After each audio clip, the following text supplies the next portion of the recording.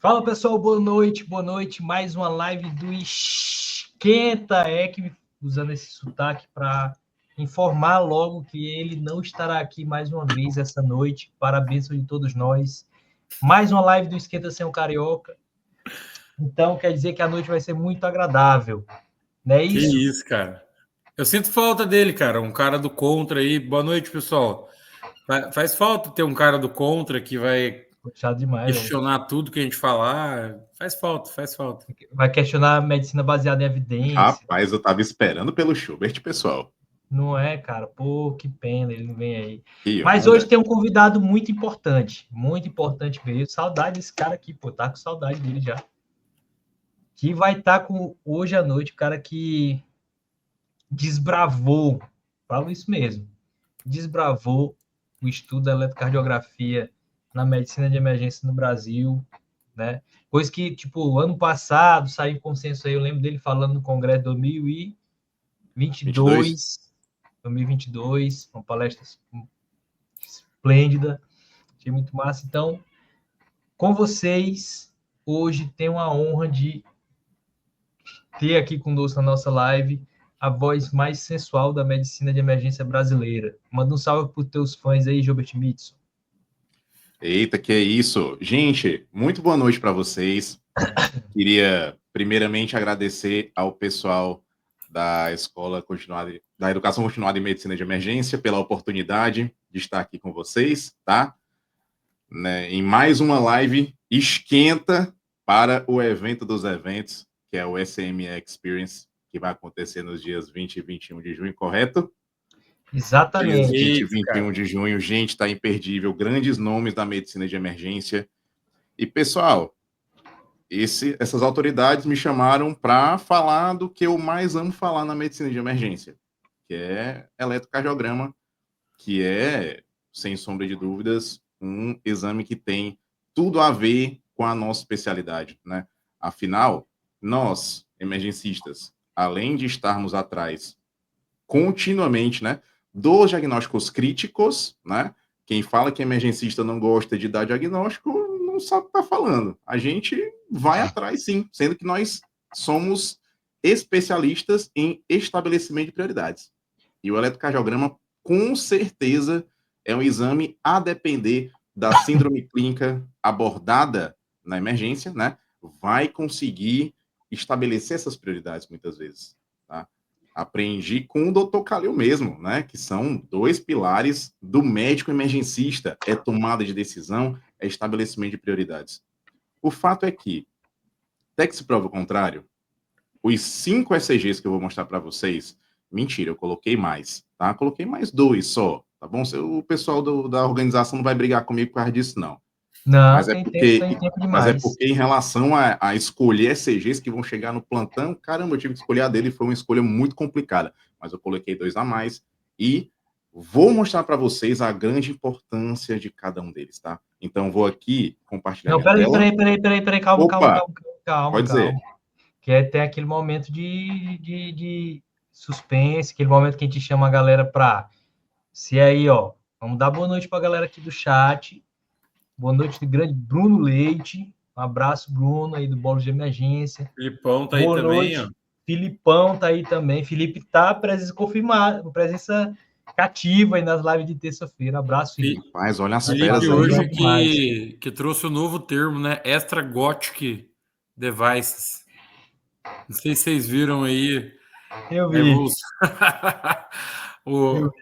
evolução que ele mandou no grupo lá dos dispositivos extraglóticos. Não vi no grupo, porque eu sou excluído desse grupo. Não vi no grupo. Ah, é verdade, eu sou excluído. Mas eu vi uma página muito famosa da emergência brasileira. E aí eu não sabia que era o Filipão, agora eu tô sabendo que foi o Filipão que postou essa evolução. Que página que é essa que você viu? Uma página famosa, porque tá estourada aí, uma tal de Emergência, tu conhece? Rapaz, e como que você viu, cara? Será que você viu antes de todo mundo isso aí? Não, vi lá, não. Olhei lá, publicaram lá, não sei que hora foi, não. E é ele que tá envolvido nessa aí? Não, bora mudar de assunto. Lembrando você que está aqui na live, compartilha essa live, o link da nossa live, no grupo do hospital. Porque o tema hoje é muito relevante. Muito, muito, muito, muito relevante. Tá? Grupo de hospital, grupo da faculdade, grupo de vizinho, grupo do futebol. Porque o tema hoje é tão importante que certamente vai ajudar alguma pessoa a identificar alguma síndrome crítica, alguma síndrome grave em algum momento e vai ajudar a salvar alguém. Então, vamos com a gente nessa corrente hoje. Poucas lives até o ECME Experience. Poucas lives, tá? 2, né? Mais 2 só. Mais 2 só. E além disso, poucas vagas também. Depois não tem chororô, tipo assim, Calil, uma vaga. Faltando 2 dias lá, uma vaga. Não tem, não vai ter. Tô avisando vocês aí, certo? Então, quem não garantiu sua vaga ainda, não vou dar spoiler, mas tá muito legal. Muito legal mesmo. Tá tão legal que eu tô nervoso de tão legal que tá. Então, quem não garantiu sua vaga ainda, corre no nosso site. Vai lá, garanta sua vaga e vamos desfrutar desse momento da emergência brasileira. Abraço, Lucas, abraço, João. E Lucas fã número 1 do Gilbert Mitson. Lucas Kojima. O Lucas Kojima foi meu Lucas R-. Kojima. Um grande entusiasta do eletrocardiograma na emergência. Inclusive, nosso plantonista no Eletro Agora, serviço de assistência em eletrocardiograma 24 horas, o quinto pilar da medicina de emergência nesse país, né? Afinal, o Lucas está lá? Lucas está lá medicina de também? emergência não é apenas assistência, gestão, ensino e pesquisa. Agora, médico emergencista faz teleinterconsulta como especialista. Um abraço para o grande Lucas Kojima. Ô, Gilbert, conta aí, como que é esse trampo do Eletro Agora, cara? Eu tô interessado também, tiver uma vaguinha, eu tenho interesse. Tô atrás de um plantãozinho desse. Venha, tem vaga por 2, pode ter certeza. Conta aí como é que funciona esse trampo aí do Eletro Agora. Pro cliente, para quem assina, como é que funciona aí, Jovens? Pronto. Para quem assina, para a galera que está dando plantão nas emergências e chega aquele eletrocardiograma, porque uma coisa é certa, né? Paciente na emergência e dúvida em eletrocardiograma não tem hora para chegar. Então vai chegar, tá? Então você terá à disposição uma equipe de especialistas em medicina de emergência que passou ou 3 anos, né, se dedicando a aprender o melhor uso possível do ECG de emergência ou que realmente fez a prova de título, sendo ou não preparado pela galera do Emergency Talks no preparatório para a prova de título. E, gente, a gente fornece não só o laudo, porque um exame e um laudo mostra algo específico, mas em relação a conduzir determinado paciente precisa de muito mais que isso.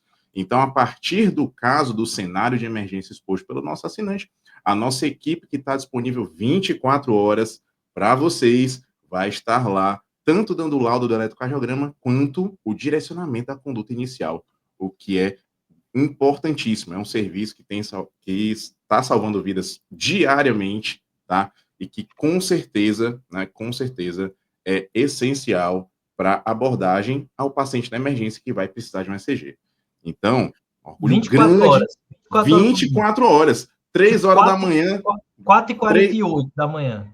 4h48 está o doutor Michel Cadenas, não está por aqui, mas grande abraço para o doutor Michel Cadenas, está lá, certo? Avaliando o ECG da galera, direcionando a conduta dos pacientes da galera. Então, como eu estou falando, né? Paciente na emergência e dúvida em ECG não tem hora para chegar, então é 24 horas. Cara, muito legal, hein, Gilbert? Parabéns pela iniciativa, de verdade. Parabéns, cara. Isso é agradeço de verdade. Muito, agradeço muito de verdade.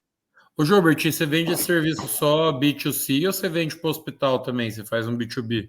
A gente tem, no momento, 10 hospitais parceiros, né? 10 instituições parceiras, então é B2B e B2C, tá bom? Inclusive, poxa, nossos hospitais estão há aproximadamente 1 ano, tá? Praticamente todos assinaram ao mesmo tempo. Estão com a gente e não pretendem de jeito nenhum, né, deixar o nosso serviço. O pessoal está gostando muito, está sendo muito produtivo, está sendo muito proveitoso para a galera. Quem for aí, ó, quem gerenciar a emergência de hospital, ó, quiser João o nosso Bermudes serviço, é gestor tamo lá em junto. Marília, ó. João Bermudes está aqui, é gestor lá em Marília. O Brunão também é chefe de serviço em Alfenas. João Bermudes é forte lá em Marília, viu? Pode conversar com a gente, viu? Manda Pode Max e conversar com a secretário de gente. saúde lá. Manda Max e secretário de saúde lá, não é mentira não, aí tá vendo? Ele confirmou. Olha lá, aí, ó, já confirmou aqui, Calil, no chat, ó. Tô Ei, dizendo João, aqui, essa manda uma fera, mensagenzinha pra gente, Fera, viu? fera. Vamos conversar. Ó, já mandou para pedir o link aí, ó. Enviar o link, por favor. Pronto, aí. Envio, meu amigo, envio. Ó, e eu já vou adiantar um negócio aqui.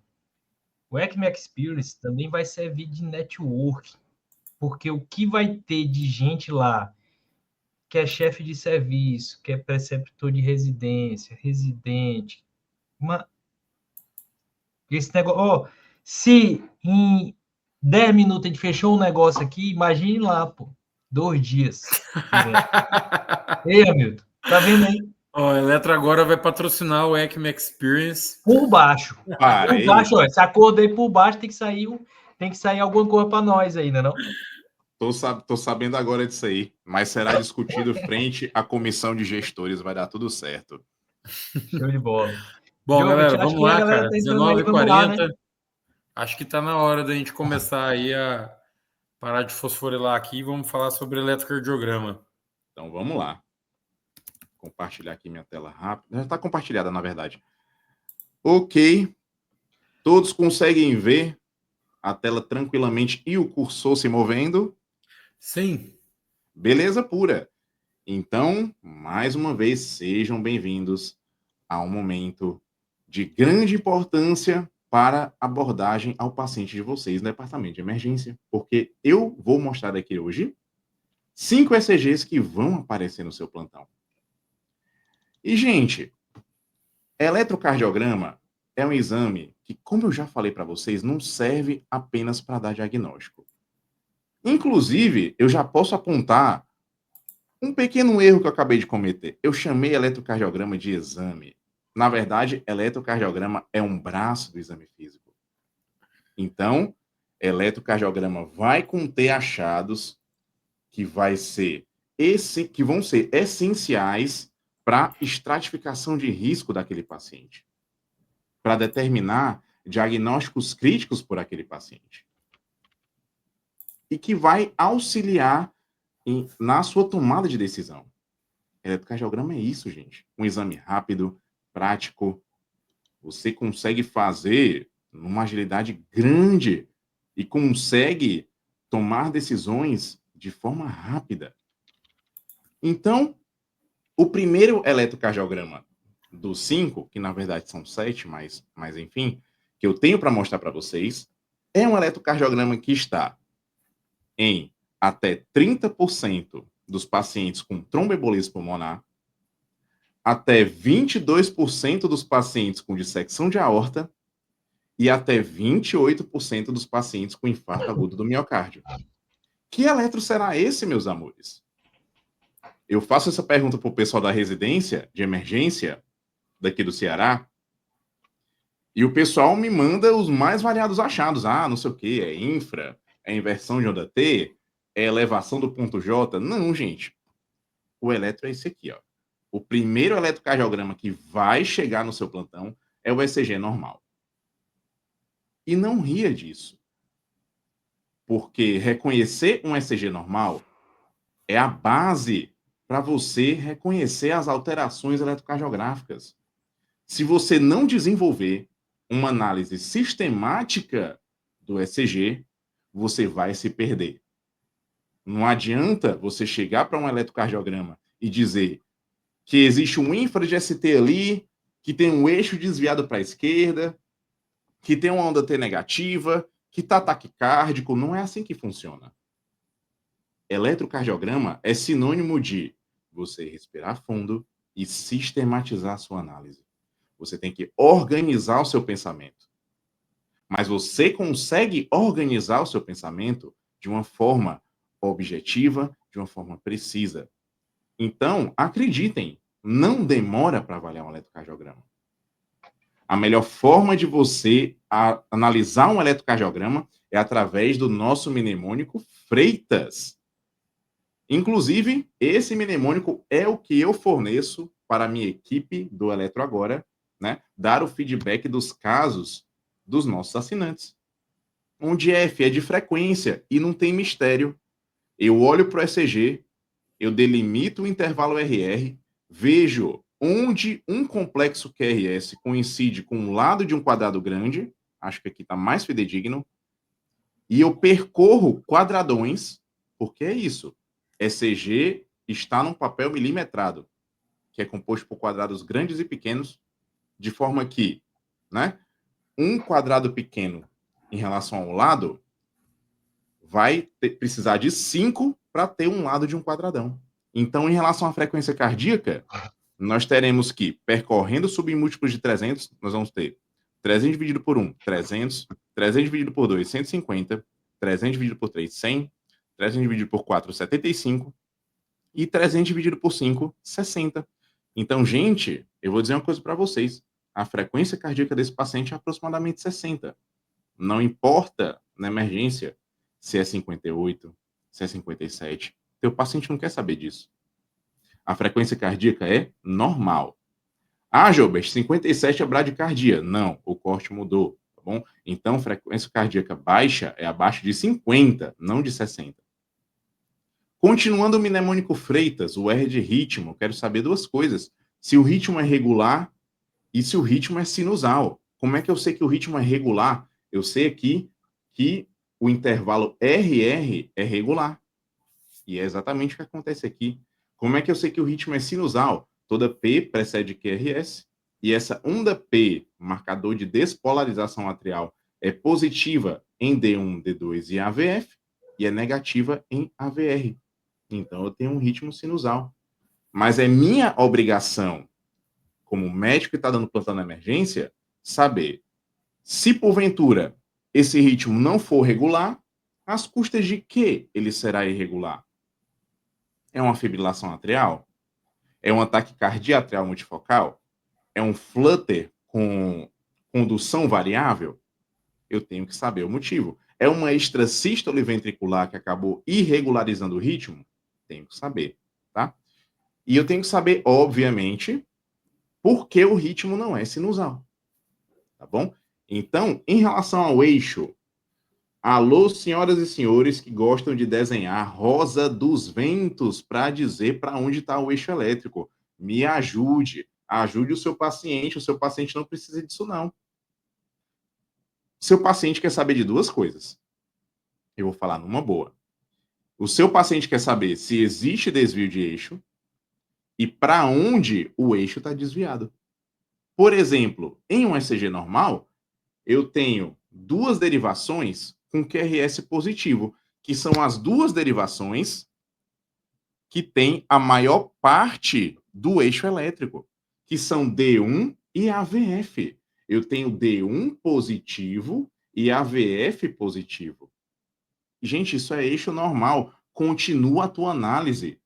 Não tem motivo para você pegar a derivação mais isodifásica, a mais não sei das quantas. Pelo amor de Deus, ajude o seu paciente não precisa disso. O eixo está normal e você continua a sua análise, tá? Em outras circunstâncias, vai existir desvio de eixo. Por exemplo, se eu tenho D1 negativo, eu vou ter um desvio de eixo para a direita.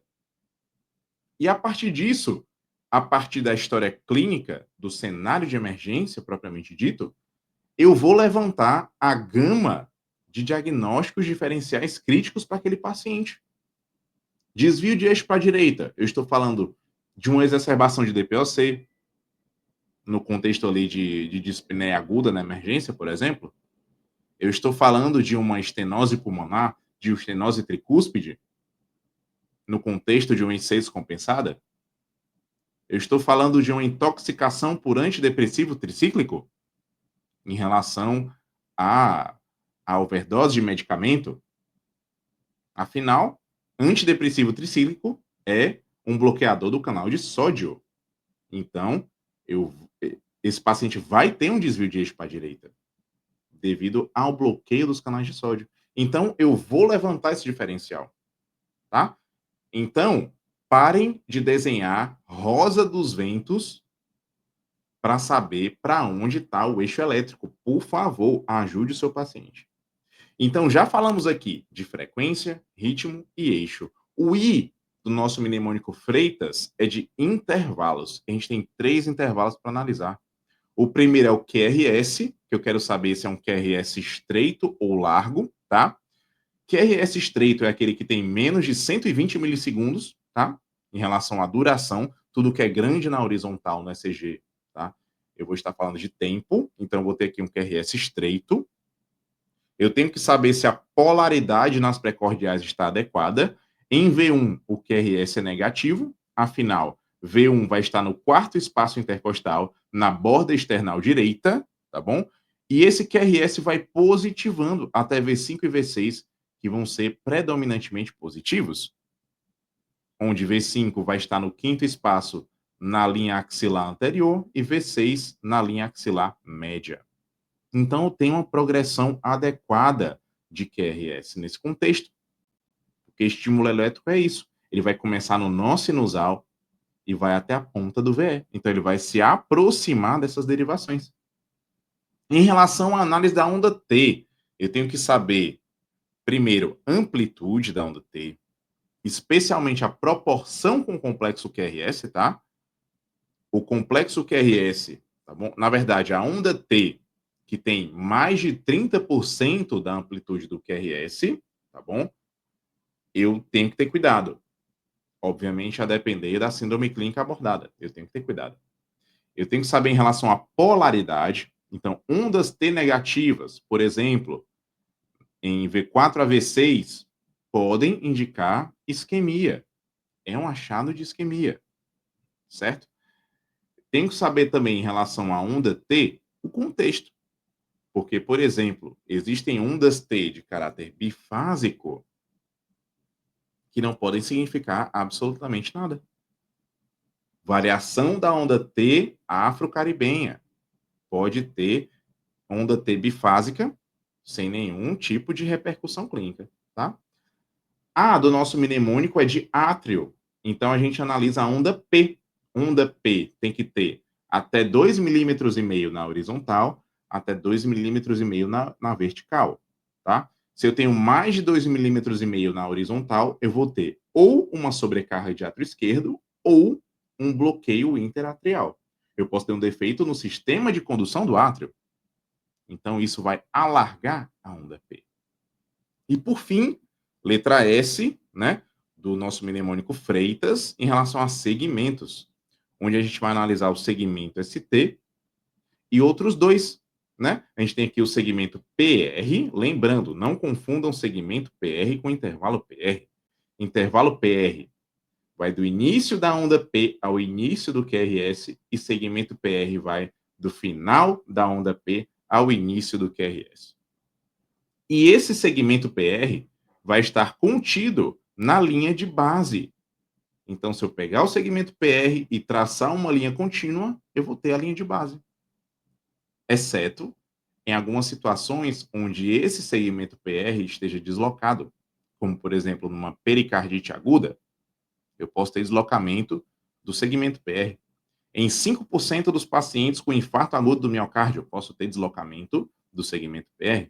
Então, quem é que vai comandar a linha de base? É o segmento TP, que vai do final da onda T até o início da onda P do batimento seguinte. Então, gente, tomei um pouquinho mais de tempo na análise do ECG normal, porque é de grande importância.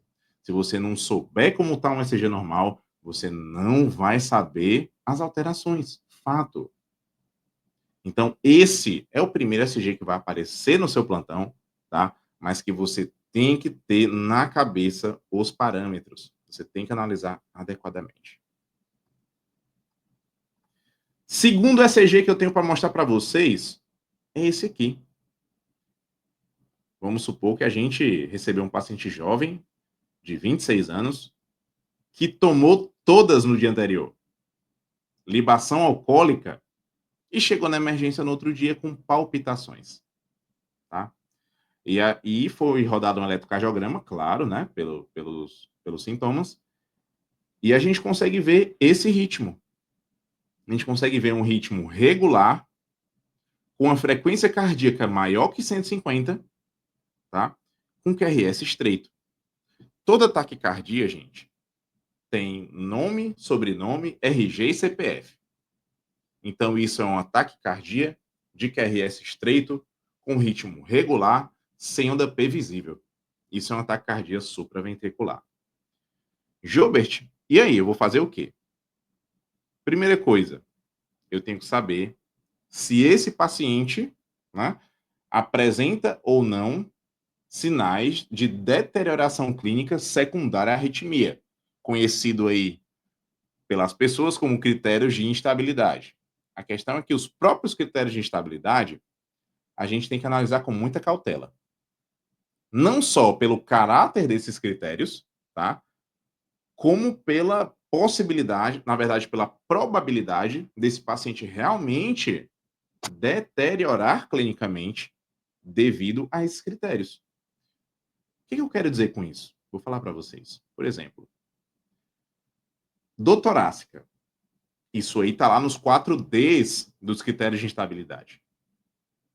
Mas será que se meu paciente com essa taquicardia levar um murro no peito, chegar na emergência, tiver uma taquicardia supraventricular, eu vou fazer uma cardioversão elétrica? Não vou, pessoal. Não vou, tá? Então, se eu estou falando de dor torácica, eu estou falando de dor torácica compatível com isquêmica, com isquemia miocárdica. Diminuição de pressão é outro critério de estabilidade que o ACLS adora listar. Mas não é bem assim que funciona. Deixa eu perguntar uma coisa bem direta para vocês. Que culpa tem um paciente cardiopata estrutural, que tem miocardiopatia dilatada, por exemplo, de ter a sua pressão 85/60 sem nenhum sinal de hipoperfusão generalizada?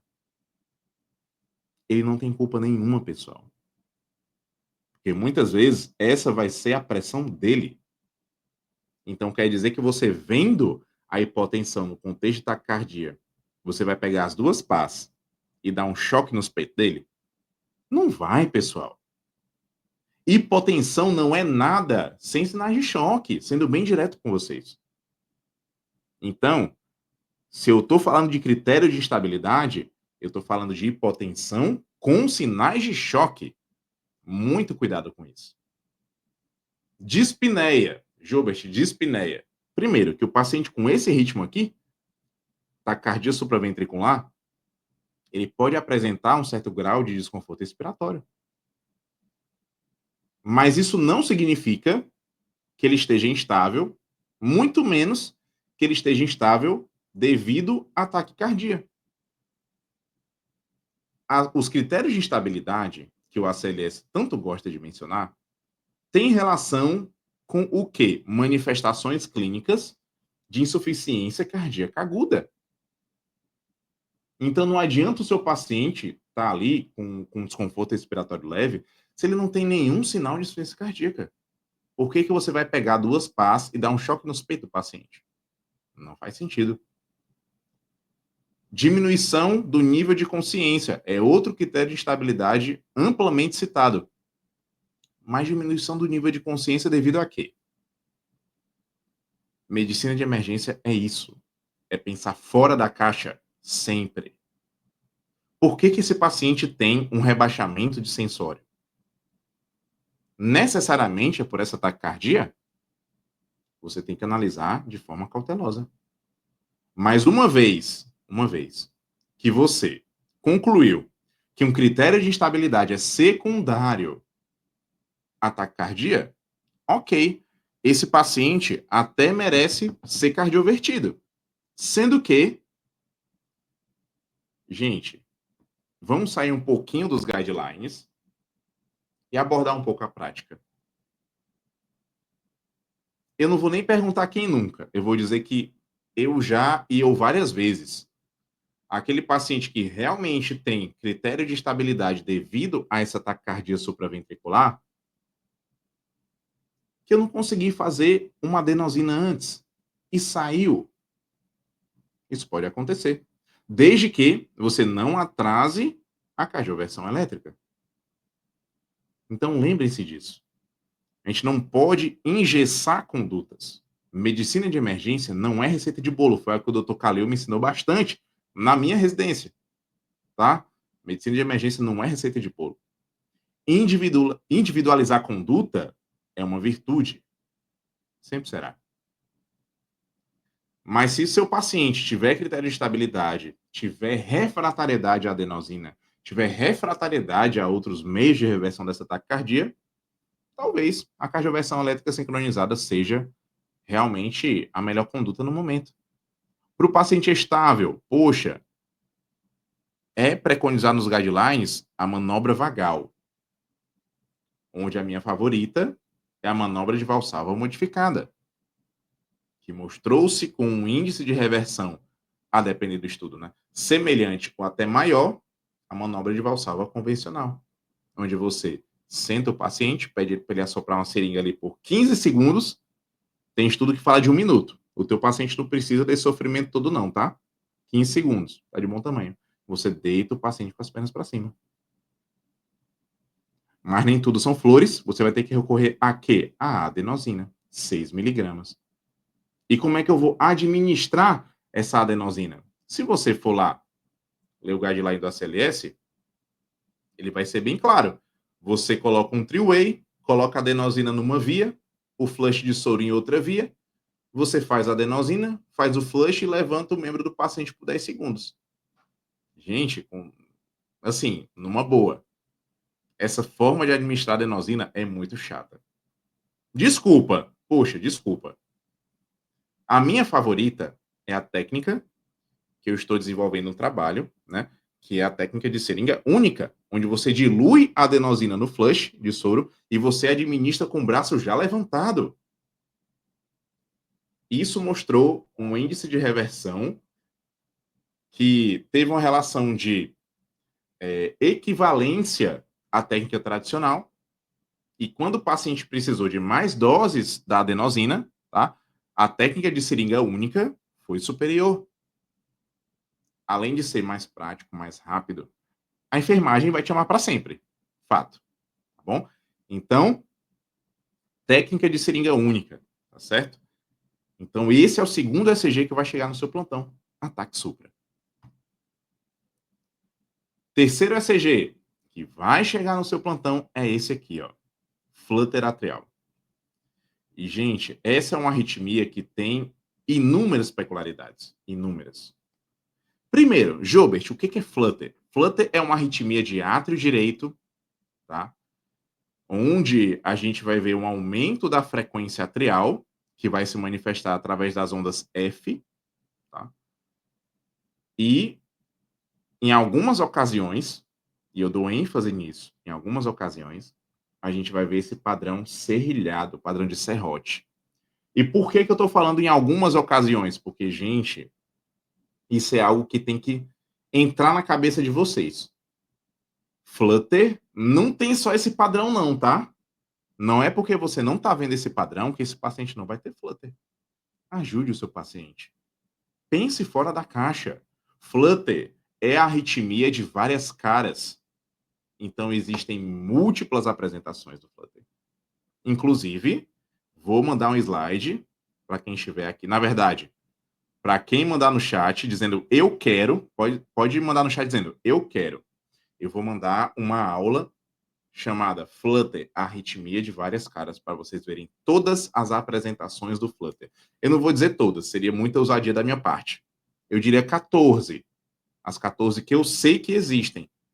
Claro que podem existir muito mais, tá bom? Mas eu vou mostrar 14 nessa apresentação. Só colocar no chat, eu quero, tá? Mas em relação ao Flutter, temos mais uma peculiaridade. Flutter tem uma péssima resposta a medidas antiarrítmicas. Então, não tende a responder àquela amiodarona que a pessoa quer fazer quando o eletro está uma zona. Ah, o eletro está uma zona, vamos fazer a amiodarona. Não é bem assim que funciona, não. Tá? Especialmente se tratando do Flutter. Tá tá bom? Tende a não responder. A adenosina, eu posso dizer que piorou. Piorou. Você vai fazer adenosina por Flutter, o que vai acontecer? Um BAV de alto grau. E o que você pode flagrar no teu doente? Pode flagrar olha as aspas de novo, uma crise convulsiva. Mas, na verdade, é uma síncope, tá? De causa cardíaca, porque você abre um BAV de alto grau, você vê onda F, onda F, onda F, onda F, até não sei quando, e só depois o QRS é gerado. O coco do teu paciente, a cabeça do teu paciente não aguenta isso não. Não queria dizer não, mas ele não aguenta isso não. Ele vai apresentar uma síncope de causa cardíaca. Então, eu tenho a opinião algo polêmica de que eu prefiro reconhecer os padrões do Flutter do que realmente ter dúvida e abrir aquele ritmo com a adenosina, que eu não quero meu paciente sincopando na minha cara, não. Porque essa síncope pode ser outra coisa a depender do período que ele está desacordado, pode ser muita coisa.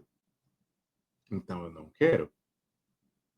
E, gente, Flutter é isso, é uma arritmia de átrio direito, onde o átrio vai bater a aproximadamente 300 por minuto. Na verdade, estritamente em relação aos guidelines, entre 250 e 300 por minuto, tá? Mas eu não vou brigar com isso. Quem quiser falar 300 não tem problema. E eu tenho também que saber se meu paciente tem estabilidade, se ele tem instabilidade secundária, ataque à arritmia, e paciente com instabilidade se beneficia da cardioversão elétrica de objetivo estável. E aí a gente vai ter uma outra conversa, tá? Uma outra conversa. Paciente com estabilidade, sou favorável a você colocar o Flutter em um protocolo semelhante ao da fibrilação atrial. Porque pode até ser menor, mas o Flutter tem um potencial tromboembólico também. E tem um potencial tromboembólico nas câmaras direitas. Então, se você não coloca Flutter como causa de TEP agudo, você está praticando medicina errada. Tem que colocar no diferencial crítico, tá? Outro motivo, e esse eu vou mandar o artigo para vocês também. Eu tenho muita coisa para mandar para vocês aqui, né? 30% dos pacientes com Flutter atrial, olha o que eu estou falando, olha para mim. 30% dos pacientes com Flutter atrial fazem fibrilação atrial de forma intermitente. Nesses 30%, vocês conseguem saber com precisão quanto tempo essa FA passou? Então, o paciente com Flutter, em 30% das vezes, está submetido não só aos fenômenos tromboembólicos de câmaras direitas, como de câmaras esquerdas, devido à fibrilação atrial que ele faz de forma intermitente. Então, será que Flutter é igual à cardioversão elétrica no paciente estável, que era o ponto que eu queria chegar? Na verdade, não. E existe algo que as referências falam de forma imediata? Na verdade, não. Na verdade, as referências colocam o Flutter em um protocolo semelhante ao da própria fibrilação atrial, que considera no paciente estável o tempo de instalação. Então, nesse paciente com Flutter também é muito importante. Falei muita coisa de Flutter, tá? E eu tenho mais uma para falar. Paciente com Flutter que teve um primeiro episódio na vida sem uma causa potencialmente reversível, sem uma causa detectada, gente, interna esse paciente para investigar cardiopatia estrutural, para investigar fator etiológico. Uma coisa é aquele paciente que tomou todas na noite anterior, libação alcoólica, valendo, e chegou com Flutter atrial. Não só esse paciente você vai poder chocar com segurança, como o Chá-de-Vaso dele é 0. E você pode usar também nesse contexto, tá? Pode usar no contexto de Flutter também, mas isso é uma outra conversa. Mas outra coisa é quando você investiga a etiologia do Flutter e não encontra nada. Anamnese, exame físico, exames complementares, você não encontra absolutamente nada. Interna esse doente. Obviamente, poxa, vê o que tem que fazer pela arritmia. Porque Flutter não é isento de controle de frequência, tá? Nunca será. Se você não faz ideia do tempo de instalação, abaixa a frequência do doente. Ah, mas ele vai ficar em Flutter. Que fique em Flutter. Mas que ele não fique numa frequência suficientemente alta para estabilizar esse doente. Interna ele depois. Vai saber o que aconteceu. Muita coisa no próprio departamento de emergência, você sabe. Distúrbio eletrolítico, uso de medicamento, enfim. Doutor Calil e doutor Hamilton estão comigo? Tamo junto. Te ouço bem. Ou não Só estão? aprendendo aqui só. Estão comigo? Que 100%. eu tô só jogando as coisas aqui. Mas Não, vocês tá podem parar a Inclusive, qualquer tem uma momento, pelo amor de Tem Deus, uma podem galera parar que qualquer... comentou, eu quero aí, viu? Tem uma galera que comentou, eu quero, pois eu vou mandar. Show de bola. Beleza, vamos para mais um eletrocardiograma que vai chegar no seu plantão. E que se você não tomar iniciativa, meu amigo, seu paciente vai complicar, tá? Que é esse aqui, que é o bloqueio atrioventricular total. Primeiro, não adianta falar de bloqueio atrioventricular total sem você saber identificar o dito cujo, tá? Então, gente, 3 critérios bem diretos, 3 critérios eletrocardiográficos bem diretos para você saber o que é um BAVT, tá? Primeira coisa, na verdade, eu vou analisar, 3 intervalos, 3. O primeiro é o RR, olha lá, RR. E esse intervalo tem que ser regular, hein? Quem mandar ritmo irregular para a gente do Eletro agora, suspeitando de BAVT, pense 2 vezes. Pode até ser uma bradicardia sintomática, mas o ritmo não será BAVT. BAVT tem RR regular. Segundo intervalo, o PP.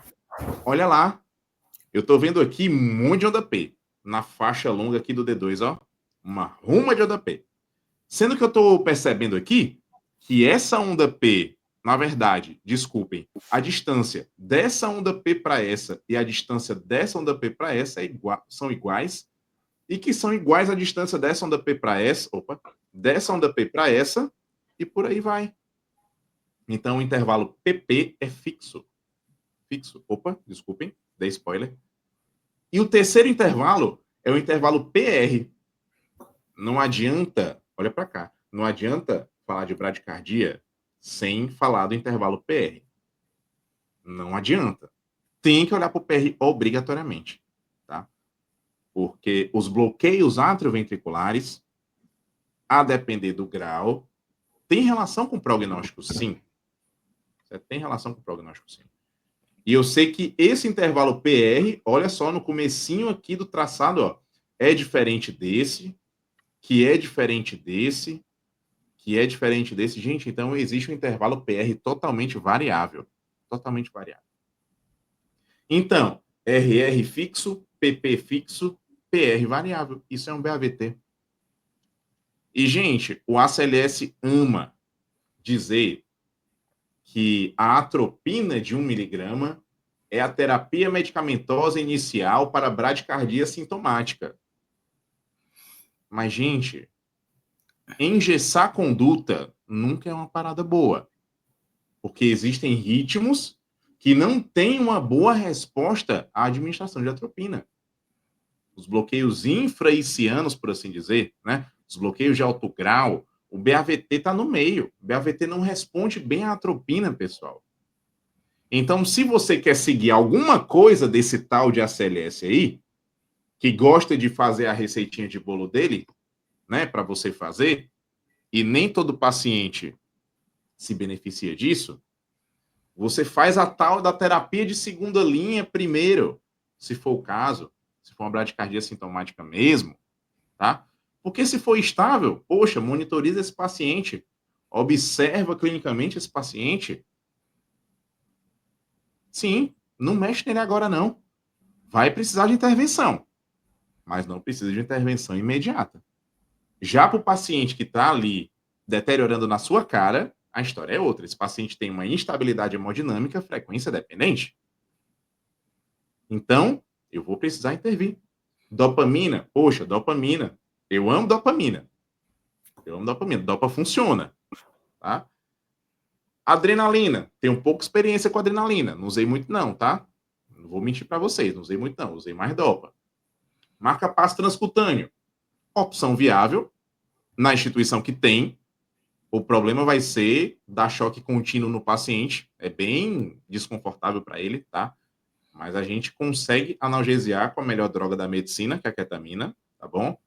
Quem fala de fentanil para mim, ou eu finjo que não ouço, ou eu realmente falo da ketamina para esse paciente, pelos múltiplos benefícios que a gente já conhece. Mas, claro, esse paciente vai precisar fazer o quê? Investigar a etiologia. Não adianta eu querer pedir avaliação do pessoal da cirurgia para poder implantar um definitivo se eu não sei o que foi que causou esse BAVT. Não adianta eu tacar um marca-passo definitivo nesse paciente se ele tem um TSH de 50, se ele tem um potássio de 10,5. Não adianta. Então, no departamento de emergência, inclusive, preferencialmente, eu tenho que procurar causas potencialmente reversíveis. Algumas você vai conseguir ali nas 2, 3 horas que os exames laboratoriais vão sair. Em outros casos, durante o internamento. Como é o caso de um TSH da vida, de uma intoxicação digitálica da vida, eu vou ter que saber o que aconteceu. Não é só fazer a intervenção no ritmo, é saber o que causou. Então, aqui, a gente viu critérios diagnósticos para um VAVT e o manejo específico para esse ritmo tão importante, perdão, e de fácil degeneração. Opa! Gente, esse aqui que eu vou mostrar agora é um negócio complicado. Vocês estão vendo aí no título. Supra de ST. Gente, parede inferior, vocês sabem melhor que eu. Derivações D2, D3 e AVF. Ok. São derivações que olham. Beleza. A grande questão, primeiro, é que a parede inferior é considerada a parede coringa. Coringa. Porque o que tem de patologias que conseguem alterar o eletrocardiograma e de etiologia não cardiológica, pelo menos não diretamente, não cabe no gibi. Pra vocês terem noção, olha o que pode suprar a parede inferior. Colecistite aguda, pancreatite aguda, tórax hipertensivo que você não conseguiu diagnosticar na chegada do paciente, porque isso pode acontecer, gente. Ninguém aqui está isento de falha, não. Às vezes, anamnese e exame físico, poxa, podem nos trair. Pode acontecer, tá? Mas o ECG de um paciente cujo colega foi enganado pela anamnese, exame físico dele, pode chegar para você. E você pode ver um supra inferior, você pode ver uma alternância elétrica, por exemplo, uma baixa voltagem, você pode ver. Cabe a você, a partir do eletro que você está vendo, você reanalisar a gama de diagnósticos. Porque uma das piores coisas que existem na nossa especialidade, na verdade, nos plantões da emergência no geral, é o ato de você comprar diagnóstico. Passagem de plantão dizendo que o diagnóstico é XYZ. Será que é isso mesmo? Volta a avaliar aquele paciente. Analisa a história daquele paciente. Veja tudo de novo.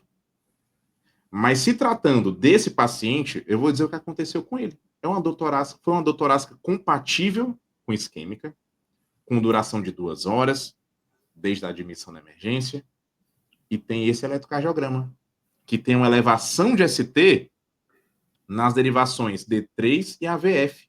Beleza. Massa, eu posso dar o diagnóstico de infarto com oclusão aguda da coronária? Até posso, mas com cuidado em relação à presença de estigmas de dissecção aórtica. Tem que ter esse cuidado, tá? Mas o que marca esse ECG não é a elevação de ST inferior. Não é só isso. Tá? O que a gente consegue ver na faixa longa do D2? Ah, Gilberto, não tem supra. Gente, pode acontecer, tá? Não tem problema. Pode acontecer só em D3, Imagina ficar alguma de fora em relação ao supra, tá bom? O que eu consigo ver aqui na faixa longa do D2? Eu consigo ver dissociação atrioventricular. Lembram do BAVT? Do slide anterior? Ele está se repetindo nesse slide. Ele está se repetindo nesse traçado. Eu consigo ver intervalo RR fixo, intervalo PP fixo. Olha lá, a distância dessa onda P para essa é igual à distância dessa onda P para essa, que é igual à distância dessa onda P para essa, que é igual à distância dessa onda P para essa. E o intervalo PR totalmente variável. Por quê? Porque a artéria coronária direita, em 60% das vezes, manda um ramo para o nó atrioventricular. E esse paciente pode fazer um bloqueio AV dos mais variados graus, inclusive BAVT. Então, você vai levar esse paciente para referência de qualquer jeito? Nunca na vida. Nunca na vida. Pás adesivas no transporte desse paciente. Pronto para uma eventual deterioração clínica, para uma eventual deterioração do ritmo. Tá? Tem que estar preparado, gente. Então, supra inferior, temos muitos recados aqui. É diferencial de várias outras patologias não cardiológicas e pode gerar bloqueios de alto grau relacionados. E, obviamente, demanda aquela rapidez no transporte para o tratamento definitivo, que é a cineante coronariografia. Uma vez você excluindo ali, você não detectando estigmas de dissecção de aorta. Ô, Gilbert, e aí, cara, nesse caso? Cara, o que você faria? Você tá no interior do Ceará, Sim. tá 3 horas da hemodinâmica. Você tromboliza e passa o marca-passo ou passa o marca-passo e tromboliza? Eu trombolizo e passo o marca-passo. Apesar desse paciente realmente apresentar uma bradicardia, um bloqueio de alto grau, o tratamento definitivo acaba sendo a abertura do vaso. Então, eu quero abrir alguma coisinha, eu quero dar algum pingo de sossego para esse nó AV, tá? E esse paciente persistindo bradicárdico, o que pode acontecer, né? Trombólise abre o quê? 15 a 20% do vaso, no máximo. Certo? Isso pode acontecer. Eu vou passar o marca-passo e vou ter que encaminhar. Então, se eu estou falando de deixa ordem... eu te perguntar um negócio aqui. Eu gostei Manda. da dúvida aqui. O Hamilton tinha mandado a dúvida aqui nos bastidores também. Eu acho uma polêmica. Eu acho que depende. Essa resposta depende. Certo. Eu estou falando em relação ao que eu faria, né? Não, eu estou falando, por exemplo... Mas manda a tua visão. Eu vou botar 2 cenários para você. 2 cenários. Um cenário, um escape baixo pra caramba. Vou botar um escape de 25, 30. E o paciente com PA aí 80 por 50. Outro, um escape de 35 e o paciente com a PA 120 por 80. Eu acho que são cenários diferentes, assim, sabe? Porque o que acontece? Trombólise também, a gente sabe que o pico do trombolítico de ação é ali com 1 hora, né? 60 a 80 minutos vai ter o pico de ação trombolítica. Aí... Concordo. Aí eu acho que são 2 cenários, né, Jovem? Acho que depende do cenário também, né? Depende do cenário. Será que o Hamilton me fez essa pergunta aqui nos bastidores, aqui, no ponto? Aí eu fiquei assim, rapaz, cara, acho que depende, velho. Não, o que o Hamilton perguntou é em relação à ordem de intervenção. Exato. Em relação a papocar o trombolítico e botar o marca-passo, ou botar o marca-passo e papocar o trombolítico. Se você tem trombolítico disponível, a primeira coisa que eu faria seria, no contexto de um vaso fechado, era papocar um trombolítico. Mas não espera, por exemplo, 1 hora, né? Papoca não, e já lógico. bota pá, né? Beleza, concordamos. Entendi. Concordamos plenamente. Não sei se você entendeu o meu ponto de vista. Entendi, pô, entendi. É porque, cara, o que acontece? Quando você vai falar sobre intervenção pós-trombólise, tem muito melindre em, vai passar um central depois de trombolizar? Vai passar, porque o marca-passo, querendo ou não, ele é um central. A técnica dele é um acesso venoso central. Perfeito. Então, assim, você tromboliza para depois passar o marca-passo, ou você passa o marca-passo e depois tromboliza, entendeu? Mas bota aí nessa aí, bota o transcutânеozinho com um escape de 200, de 180. Porque também transcutâneo, então, ele é muito bonito no ACLS, né? O ACLS no boneco é fera demais no boneco. Porque você bota pá, aí vai aumentando a corrente. Aí quando dá em 40, começa a ter a pegar. Pô, na verdade, velho, tu bota papoca 200, 180.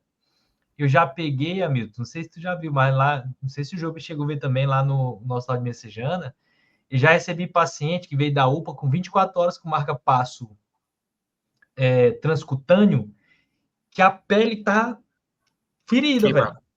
Queimada, pele queimada. Já, Escoriada, sabe? Queimada. várias vezes. O Jobim já deve ter pego também algumas vezes, sabe? E a galera bota lá e marca para transcutâneo, não, vamos esperar. Eu achei muito doidice. Mas, assim, a situação, o que você pontuou, Milton, é uma situação interessante mesmo, porque aí trombolizou, aí vai pegar uma jugular desse paciente, né? Uma jugular, com risco de sangrar pra caramba, ali, porque você tem que funcionar aqui na cervical. Subclávia, Deus me livre de funcionar no cenário desse. Ah, não, tem que ser um sítio compressível, né? Tem que ser um Só que sítio assim, cara, compressível, né? cara, eu já passei central em paciente trombolizado e sangra bastante. Só não sangra mais do que urêmico. Até hoje, os recordes de sangramento que eu já vi são os urêmicos. Plaqueta não Mas presta para nada do urêmico. os não trombolizados, gruda. caras que sangram bastante também. Esse É cara isso. seria um cara que eu iria pelo lado de, tipo, pôr um transcutâneo e trombolizar. Se tiver uma tenecteplase, já faria o bolus da tenecteplase com ele com o transcutâneo, depois já pegaria já o transvenoso. Mas, assim, cara, é um caso que se a pessoa passasse o transvenoso primeiro, eu também não ia julgar, não, entendeu? Eu também não iria julgar, não. É uma decisão complexa mesmo, acho que. Já aconteceu comigo uma vez de um paciente com TEP, né? E aí o TEP é uma janela diferente também e tal, e eu optei por passar um central. Ele tá sem acesso a esse paciente nenhum, não tinha condição de acesso periférico e pá. E aí eu optei por passar um central na jugular para poder correr o trombolítico. Esse paciente aconteceu comigo uma vez, esse paciente com TEP. Trombolizei com alteplase, esse paciente. Mas tá aparecendo o Schubert aqui, cortando o Schubert aqui. Desculpa aí. Foi mal, tá aparecendo, foi para lembrar do Schubert Faustão da equipe aqui. Eu ouvi uns 60% do que vocês falaram, porque o meu áudio falhou aqui, mas eu entendi o ponto de vista. Não, mas tá de boa, tá de boa. Eu entendi o ponto de vista de vocês, né? Era mais eu falei mais em relação à questão do tratamento definitivo e afim, sabe? Com certeza. Até porque paciente trombolizado, poxa, beleza, que em média em 1 hora você tem a resposta, mas você tem que avaliar a resposta à trombose desse paciente clinicamente, poxa, nos primeiros 15 minutos. Esse paciente demanda um ECG a cada 15 minutos. Cada 10 minutos do paciente trombolizado, você tem que rodar um eletro, né? Então, pelo menos, critérios de reperfusão, você tem de uma forma mais rápida, ou pelo menos é para ter. Mas é uma discussão importante, com certeza. Enfim. Vocês estão me ouvindo ainda? Estamos ouvindo super bem. Não, beleza. Show de bola. Eu recuperei meu notebook agora, de vez em quando eu tenho essas instabilidades. Ô, Jobert, e do BAVT ainda, cara? Boa noite. Quem apareceu! Boa noite a todos. Vou sair, bicho. Valeu. É o Schubert! E aí, Schubert? Boa noite, Gilberto. Tudo bem? Tudo bem, meu querido, e com você? Seja bem-vindo. Cheguei pro Amém. Hoje eu estava lá em Cabo Frio, acabei de chegar. 8h30 da noite, isso são horas, meu amigo. Tô brincando. Brincadeira, viu, mano? Brincadeira, viu, cara? Perdi essa aula aí maravilhosa, hein? Tava na praia, né? Carioca, né, pai? Cara, a gente tava falando aqui, Schubert, de BAVT. Pergunta o que ele achei. Pergunta o que ele achei. Não, pergunta não. Então não pergunta não. Vai, amigo. Isso aí é trombólise. Tromboliza, depois passa o marca-passo, ou passa o marca-passo, depois tromboliza, ou você não percebeu que tem um BAVT? Não, eu já tive um caso exatamente igual a esse, o Hamilton. E assim, se a gente... Aí eu não sei o que o nosso mestre do eletro falou aí, né? Mas assim, eu interpreto esse BAVT secundário a uma isquemia do nódulo ali da área de condução.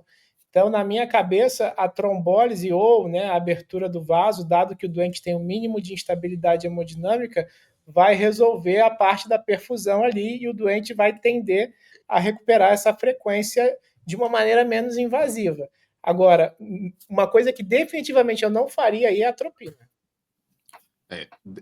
Foi o que eu falei em relação a resolver, né? Porque a trombólise, enfim, né? Não vai abrir o vaso todo, né? Vai abrir 15 a 20% do vaso. Aí você fica lá cruzando os dedos, né, para ver se realmente vai melhorar pelo menos do bloqueio, né? Cara, e aí vem a segunda. Eu falei exatamente isso, que faria o mesmo. E aí vem a cara, segunda porque isso pergunta, cara. Você funciona, pensando. tá? Assim, não sei se esse Eletra é seu, Gilbert, mas assim, você já deve ter tido vários casos parecidos, mas eu tive pelo menos alguns que era exatamente isso, e assim, o pessoal fala, putz, passo marca-passo primeiro, trombolizo, mando para CAT. Então, assim, eu sempre trabalhei, sempre, né? Lugar que eu trabalhava, que eu pegava essas cracas aí, não tinha CAT. Então, assim, era alteplase na veia e orações fervorosas. Cara, e aí uma segunda pergunta, então. Pensando nesse mesmo raciocínio, cara, se você vê um BAVT que você imagina o culpado, você já tem ali uma medicação, alguma coisa que você está pensando, cara, pode ser que esse aqui seja o culpado, uma intoxicação. Esse paciente, você tenta segurar no transcutâneo e vai na causa de base, ou você passa o transvenoso? Eu não entendi sua pergunta, Milton. Não, eu entendi, Mas eu não entendi. eu entendi. E eu diria que dependeria da disponibilidade do tratamento definitivo desse paciente, né? Porque se eu consigo, por exemplo, um antagonista desse fármaco que acabou, enfim, gerando esse BAVT de uma forma rápida, beleza. Mas aí, como em muitas causas de BAVT da vida, eu procuro por previsão. Sim, aí, beleza. Esse paciente tem, enfim, uma intoxicação por antidepressivo tricíclico, que é uma causa mais rara de BAVT, mas pode acontecer. Poxa, quando é que eu vou conseguir um antagonista? Hipercalemia. Uma hipercalemia aguda da vida. Se eu conseguir atuar na causa reversível de forma rápida, tamo junto com o antagonista. Bora lá, né? Se tiver refratariedade, eu passo um transvenoso da vida. Agora, por exemplo, o paciente ali tem uma suspeita de, sei lá, um hipotiroidismo da vida. E não tem lá todos aqueles sinais extremamente clássicos, mas faz tratamento ali para tireoide, mas não tá tomando remédio direito, e tá um negócio meio bagunçado em relação à história. Poxa, eu não vou esperar até chegar coisa nenhuma. Poxa, passo o transvenoso lá e vamos embora. Então, eu diria que dependeria da disponibilidade que eu tenho para o tratamento definitivo. Eu responderia dessa forma. Boa. Não sei o que os senhores acham. Eu não entendi a pergunta, Gilbert. Eu não entendi a pergunta. Aí, como é que não, o Hamilton perguntou. Se eu tenho um paciente desse com BAVT. Se eu tenho um paciente desse com BAVT. Não estou ouvindo. Esse aí que está na tela? Não esse, cara. Assim, ó, tem um paciente com BAVT, mas você vislumbra uma causa reversível. Aí você mantém ele com transcutâneo e corre atrás da causa, ou você passa o transvenoso. Aí pode ser, por exemplo, uma intoxicação por dioxina, pode ser um paciente com uma hipercalemia. Mas assim, eu respondi. Dependeria da disponibilidade que eu tenho do tratamento da causa reversível. Entendeu? Hipercalemia, você coleta um agaso, você vê o valor, você vê se é potencialmente responsável pela arritmia gerada e você trata. Agora, algumas outras você não consegue determinar assim na hora, né? Para essas, poxa, o transvenoso acaba sendo bacana. É o que eu acho, entendeu? Assim, na verdade, é o que eu faria numa situação ali na hora do vamos ver. Cara, tô falando isso porque, assim, uma vez eu peguei um caso, um paciente que estava com BAVT e era uma intoxicação por beta-block.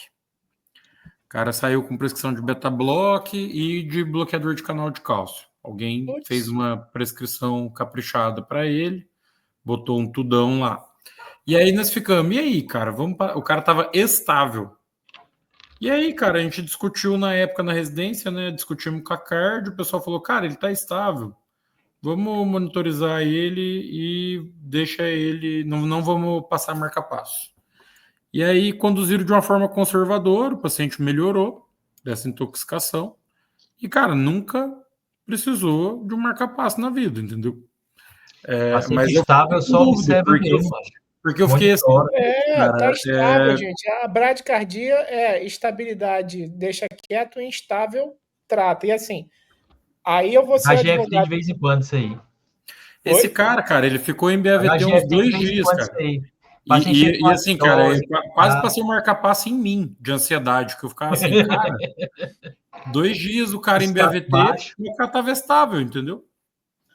E assim, achando que o transcutâneo resolve, desculpa, o transcutâneo resolve é uma grande nada, tá? Tanto falei isso aqui ainda agora. Oi? Falei isso aqui ainda agora. O transcutâneo é muito bonito no ACLS.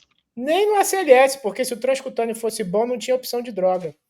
Entendeu? E era transcutâneo e acabou. Como ele bota ou, significa que as duas coisas são igualmente ruins, né? Tanto o transcutâneo quanto a droga. E eu deixo fazer uma pergunta. Gilbert, você é fã da dopamina ou da adrenalina? Eu sou fã da dopa, eu não sou fã da adrena, eu sou fã da dopa. Meu Deus do céu, não acredito.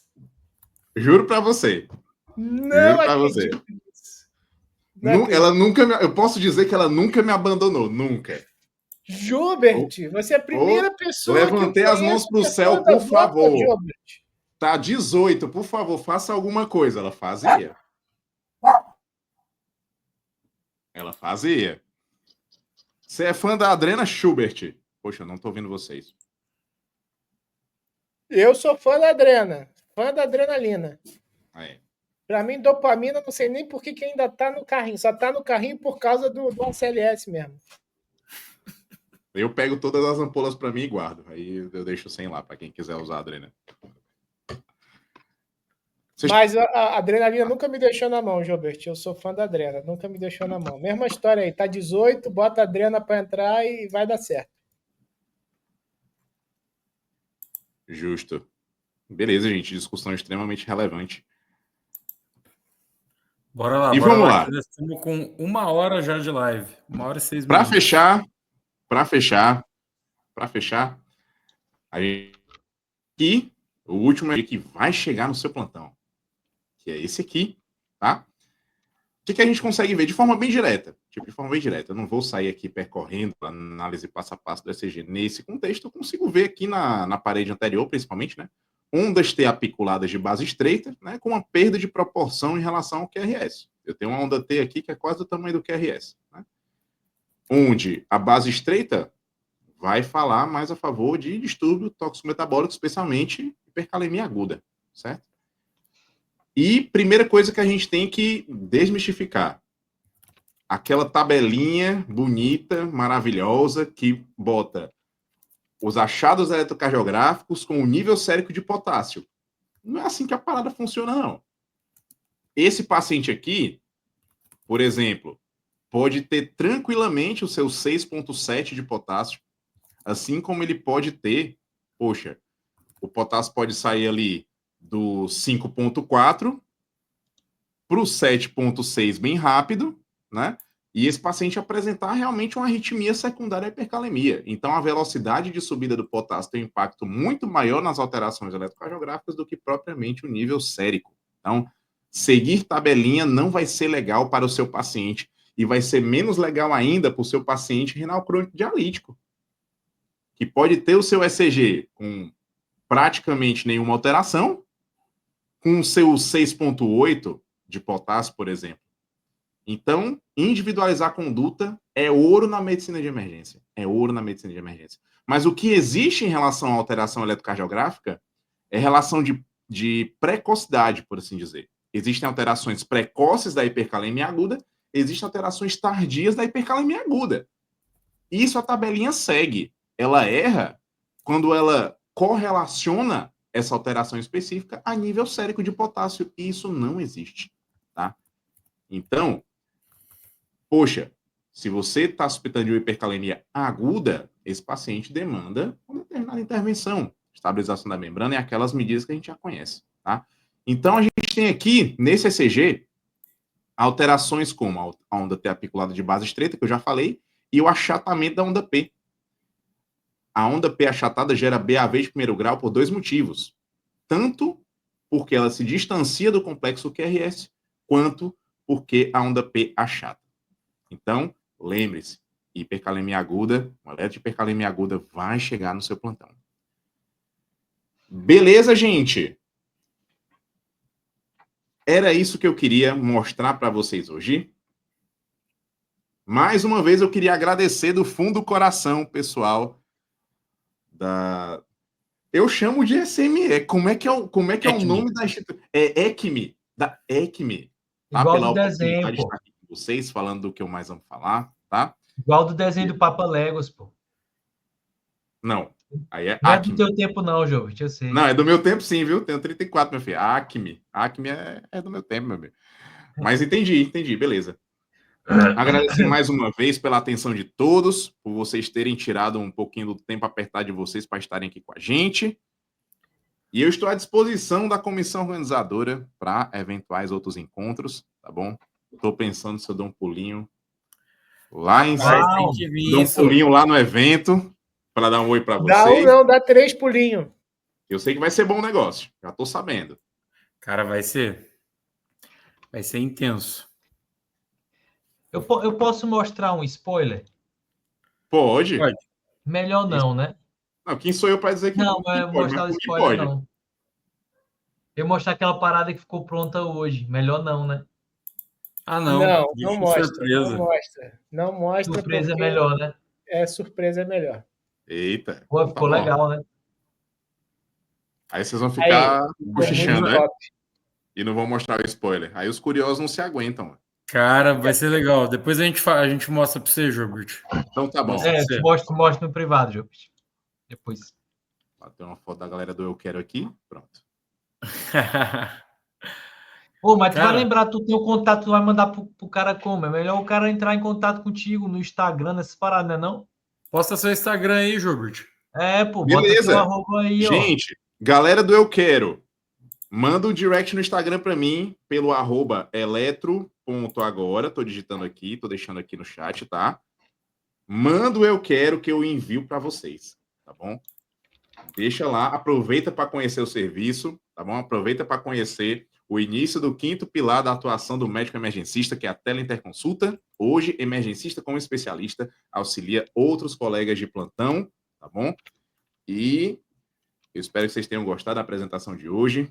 Mais uma vez, agradecer ao pessoal da ECME pela oportunidade.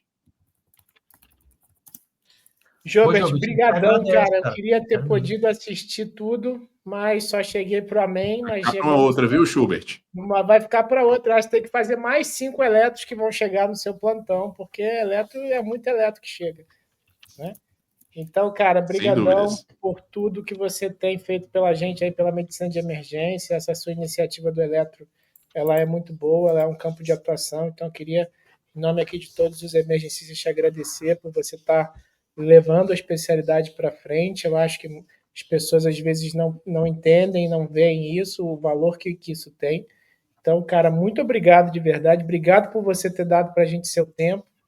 E eu espero que você esteja com a gente lá em Campinas, né, dando seus 3 pulinhos lá, que a gente vai gostar muito de te ter lá com a gente.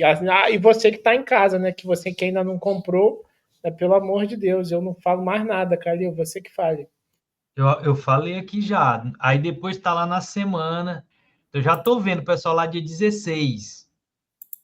Calil, pô, não tem como uma vaga mais. O cara não tem. Acabar, acabou. Não vai ter choro nem vela. Eu já avisei já. É igual tipo VIP.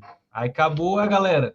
Ei, tem mais um VIP aí? Não tem como. A gente não vai ter como inventar, não. Então corre, que tá acabando, as vagas estão acabando. Beleza? Depois não tem choro. Aí, nesse momento é que o menino chora e a mãe não vê. Não tem choro nem vela. Tô avisando. Você que ainda não sabe onde vai ser o evento, corre lá no nosso Instagram. Aliás, quem não segue ainda, ECME Brasil lá no Instagram, segue lá nosso @. Aproveita que esse momento é o momento do print. Marca você que está ao vivo aqui com a gente, marca o @ do ECME Brasil. E lá já tem um videozinho bacana do local do nosso evento, Alma Campinas. A gente mostrou, contar um spoiler aí, tava na reunião com os gringos, com a galera do POCUS, a galera lá da UC Davis, do Fellowship de Ultrassonografia Point of Care. Aí quando a gente falou para eles que ia ser num bar, que ia ser muito legal, os caras são malucos mesmo e tal, não sei o quê. Os caras ficaram super empolgados pelo local, a gente mostrou, né? Os caras ficaram super empolgados, surpresos. Estão ansiosos para estar. Pô, a galera que vem. Acho muito massa. A galera que vem da gringa aí, eles pô, estão tão ansiosos, cara, para tá com a gente aqui no Brasil. Eu acho massa isso aí. Acho que todas as vezes que a gente fez evento com gringo, eles são super acessíveis e dão maior valor de vir para cá, de trocar ideias sobre emergência. E serão aí não só nos cursos pré-congresso, mas na programação nós vamos ter 4 gringos, é isso, amigo? Falando de via aérea e falando de ultrassonografia point of care. Fala o nome da galera aí que tu é mais fera no inglês do que eu, para falar o nome da galera aí. No curso pré-congresso, cara, a gente vai ter 6, na verdade, né? Porque estão vindo os chefes do fellow e estão vindo os fellows também, que vão estar nos cursos pré-congresso, né? Então tá vindo o Dale, que tá terminando agora o fellow de via aérea lá na SDs, mas os chefes são o Eric Lauren e o Paul Copperman. E o pessoal do fellow de ultrassom point of care, né? Que é o Samuel Tate, que é o chefe. Vai estar ele e o Ken Kelly, que é o segundo chair lá, o segundo chefe. E o Carlos. Junto com eles, o Carlos, que é aluno do fellow lá, né? Que já é emergencista e atualmente está no fellow de ultrassom point of care lá. Então, assim, cara, vai estar sinistro, cara. Os cursos pré-congresso são absurdamente sinistros e o evento vai ser muito foda, né, cara? Não tem como, vai ser muito foda. Eu acho que não pode falar essa palavra não ao vivo aqui, pô. Será que pode? Sorry. Pode dar aquele impacto, rapaz. Mas no evento pode. Vai ser bom mesmo. Galera, é isso aí. Muito bom estar na companhia de vocês. Jobert, valeu. Galera que está aí no chat, corre. Quem não se inscreveu ainda, corre, se inscreve lá. E tamo junto. Vem com a gente. Carioca, manda um salve aí. Tu já chegou atrasado. Se despede da galera aí, pelo menos aí. Galera, obrigado. A gente se vê na nossa próxima live. Semana que vem tem live semana que vem. E estaremos juntos em Campinas. É a nossa última live antes do evento. Então, assim, depois disso é só o evento, galera. Vagas estão acabando, tem o curso, a gente definiu pontos muito legais para a galera, então vai ter muita simulação de ultrassom musculoesquelético, né? O Hamilton vai trazer um simulador assim sensacional lá de Minas Gerais, ultra moderno, entendeu? Os caras ficaram bem animados, vai ser a primeira vez que eles vão fazer com esse tipo de simulador. Então, assim, é tudo para que você tenha uma experiência fantástica. Então, galera, já tem 1h17 de live, eu queria ter discutido mais com o Jobert, não pude. Muito obrigado mais uma vez, Jobert. Obrigado, galera aí de casa. E a gente se vê em Campinas. Pessoal, ó, vai ser muito legal. A reunião que a gente teve com o pessoal foi assim, bizarro. Assiste o Reels lá, não consegue botar aí para a gente encerrar? Alô, produção, Israel, não consegue botar aí na tela para... Israel deve ter aí, a produção. Encerrar o evento com o nosso Reels e a gente encerra e dá tchau para vocês ficarem com gostinho de quero mais. 1 minuto, nosso suporte, alô da Atena, comandante Hamilton. O Israel pediu 1 minuto. 1 minuto para a gente encerrar. E a gente se despede, né? Começa a vir a produção, né? Aquela. Enquanto a galera tá. Boninho. Enquanto a galera tá buscando vídeo aí, faz teu último mexendo eletro agora, cara. Faço, gente. Seguinte, já falei aqui, vou repetir, eu repito todas as vezes, tá? Conto com uma equipe de médicos emergencistas, com RQE e medicina de emergência, fazendo aquilo que mais gosta, que é tomar decisão, que é estabelecer prioridades. Então, a gente tem um serviço de assistência em ECG 24 horas. Você que dá plantão no departamento de emergência e tão certo quanto a morte e os impostos, que vai chegar paciente que precisa de ECG, por favor, conte com a gente, tá? O Eletro Agora é um serviço de assinatura mensal, onde você pode ser providencial para o desfecho do teu doente que está precisando de um ECG. Eu já falei no começo, vou repetir, tá? Paciente na emergência e dúvida em ECG não tem hora para chegar. Então, nada melhor do que contar com os melhores, do que contar com essa galera massa, com essa galera boa, com essa galera capacitada para auxiliar os seus doentes na emergência. Então, vem para o Eletro Agora, eu já botei o @ aqui no chat, eletro.agora, segue lá, conhece mais o nosso serviço e vem com a gente. Essa do imposto e a morte eu vou usar, hein? Essa é Não usa, serve para muita coisa. Serve para muita coisa. É muito boa, Gilberto. É o que é certo na vida. Faltou a pessoa procurar emergência por algum motivo, que o Fred adora falar, isso aí, né?